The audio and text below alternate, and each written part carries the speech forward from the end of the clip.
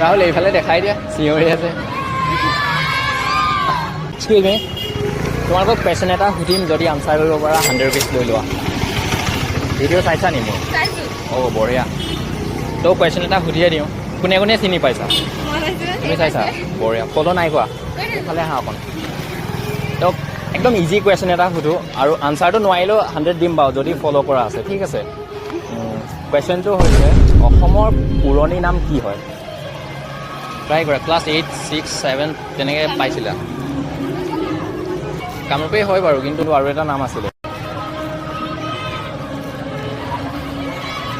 ৰাহুল এইফালে দেখাই দিয়া চিঞৰি আছে